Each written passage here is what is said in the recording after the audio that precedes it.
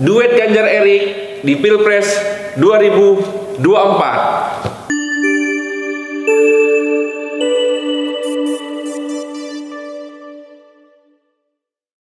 Teman-teman Citra Indonesia, kami jamin Anda menang. Pak Yanto, apa kabarnya Pak Yanto? Baik. Pak Yanto, tadi saya keluar rumah Pak. Tiba-tiba, udah ada banner-banner Pak, antara Pak Ganjar dan Pak Erik. Di mana-mana sudah bertebaran Pak.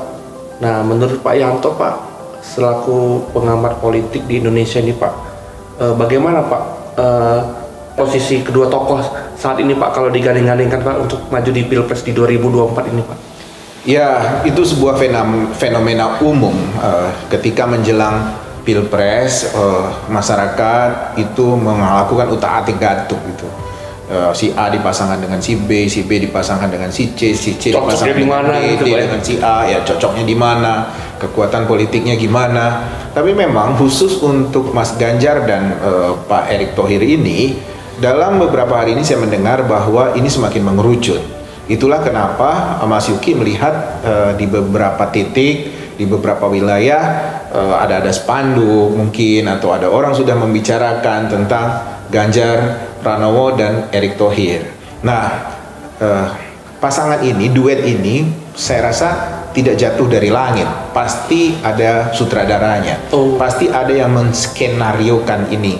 Nah, yang jadi pertanyaan buat kita adalah seberapa yakin mereka melihat peluang Ganjar Pranowo Erick Thohir untuk memenangkan Pilpres di 2024. Kalau dilihat dari survei, tiga besar, Pak Prabowo, Ganjar Pranowo, Anies Baswedan, jelas saya bisa mengatakan bahwa presiden kita nggak jauh-jauh dari tiga besar ini.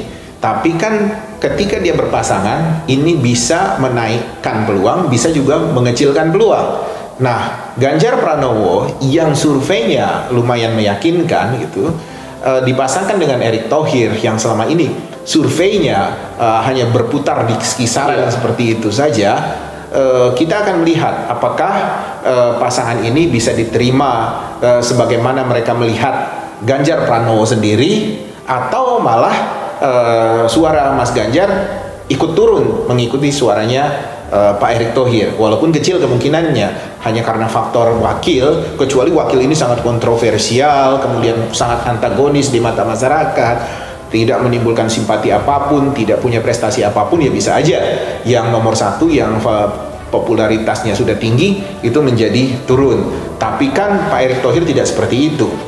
Nah, tinggal adu cerdas saja tim Ganjar Pranowo Erick Thohir ini kalau memang mereka jadi dipasangkan atau berduet di 2024. Nah, kalau dipetakan tadi bahwa Ganjar nanti akan merangkul suara orang-orang Jawa gitu. Ya. Nanti Erick Thohir akan merangkul orang-orang di luar Pulau Jawa, misalnya orang-orang non-Jawa.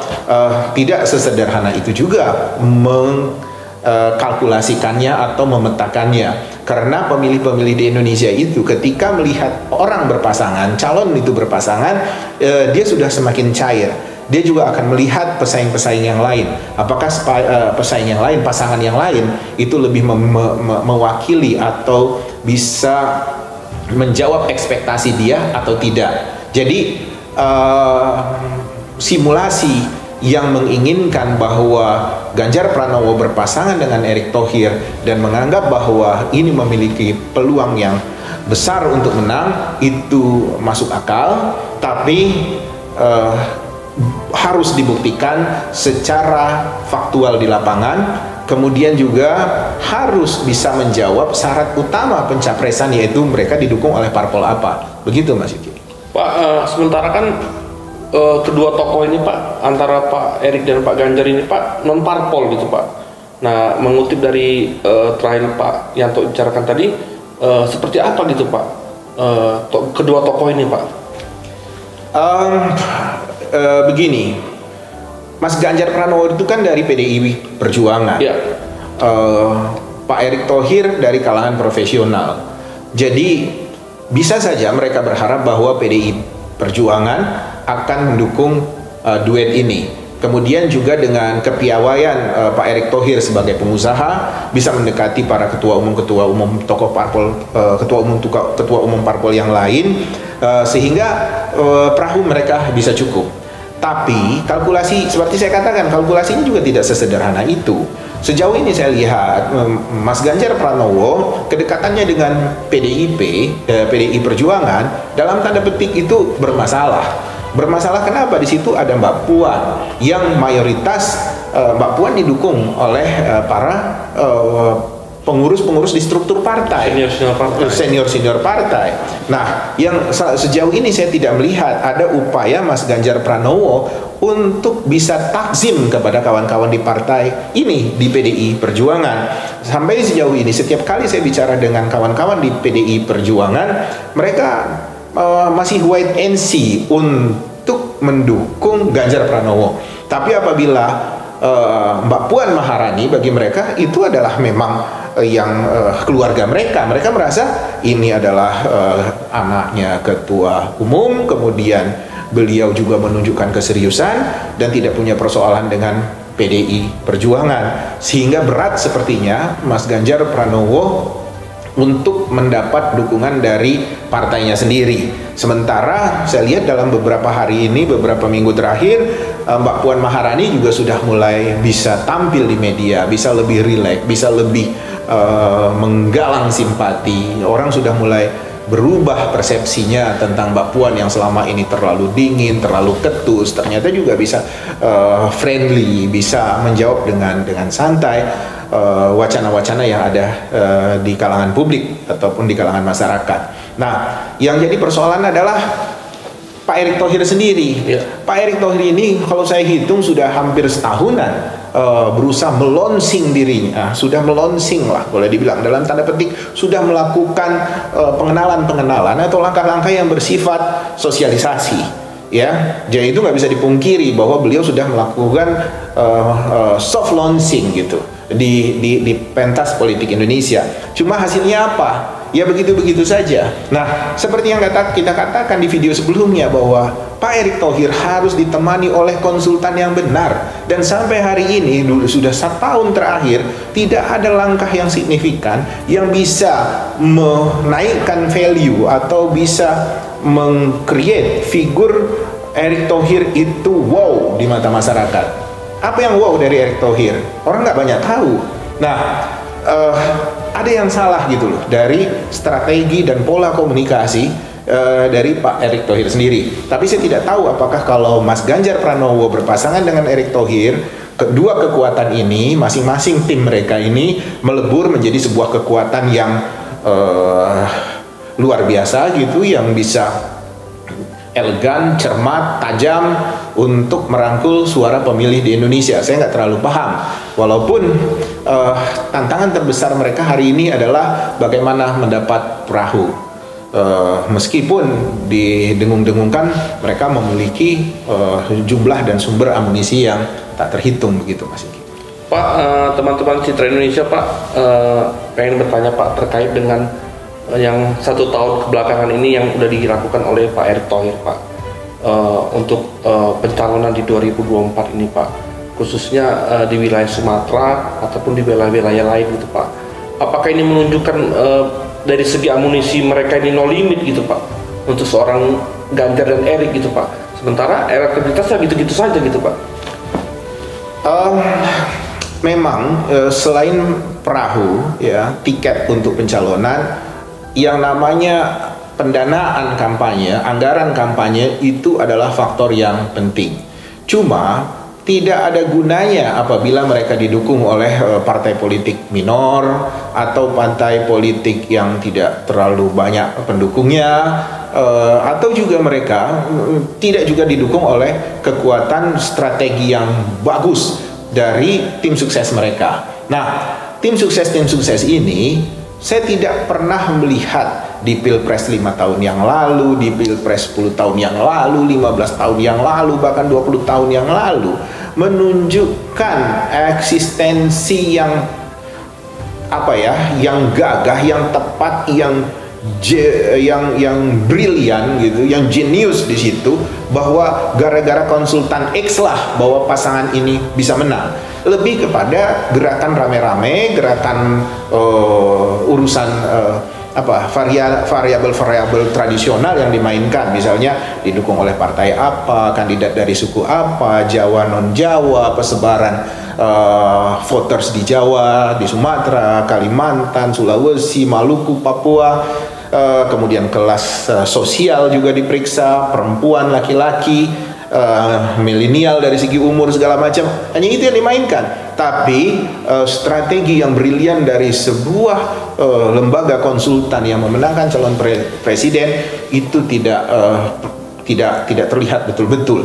Mungkin yang terjadi ketika Jokowi Ahok memenangkan Pilkada DKI. Itu orang melihat bahwa ada peran konsultan politik di situ. Tapi di Pilpres itu rata-rata kroyokan kok, rame-rame.